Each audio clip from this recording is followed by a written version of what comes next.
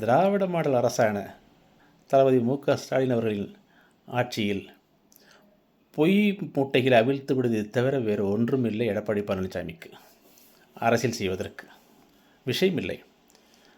எதற்கெடுத்தாலும் பொய் மூட்டையை அவிழ்த்து விட வேண்டியது, வதந்தியிலே பரப்புவது மோடியைப் போலவே பாஜகவைப் போலவே.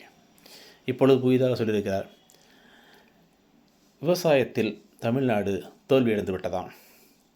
உண்மை என்னென்னா, அந்த உண்மை என்னங்கிறதையும் மாண்புமிகு முதலமைச்சர் அவர்கள் பட்டென்று போட்டுடைத்து விட்டார்.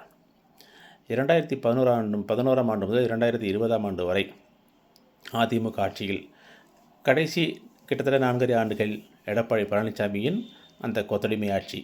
இந்த ஆட்சி காலத்தில் தமிழ்நாட்டின் விவசாய வளர்ச்சி என்பது 2% வீழ்ச்சி. 2% வீழ்ச்சி, வளர்ச்சி இல்லை.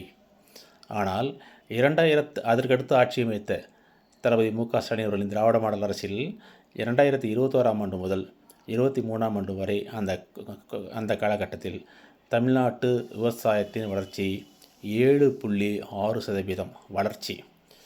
அதிமுக ஆட்சி காலத்தில், எடப்பாடி ஆட்சி காலத்தில் 2% வீழ்ச்சி.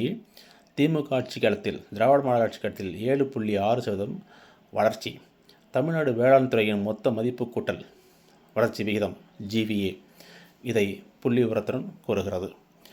புழு மூட்டைகளை அவிழ்த்து கொட்டி மொத்து வாங்குவதில் மன்னாதி மன்னன் மோடியைப் போலவே எடப்பாடி பழனிசாமியும்.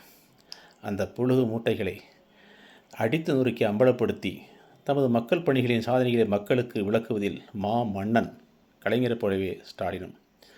10 தோல்வி பழனிசாமி, பாஜக 10,000த்திற்குள்ளேயே பதுங்கி கிடப்பதுதான் உத்தமம்.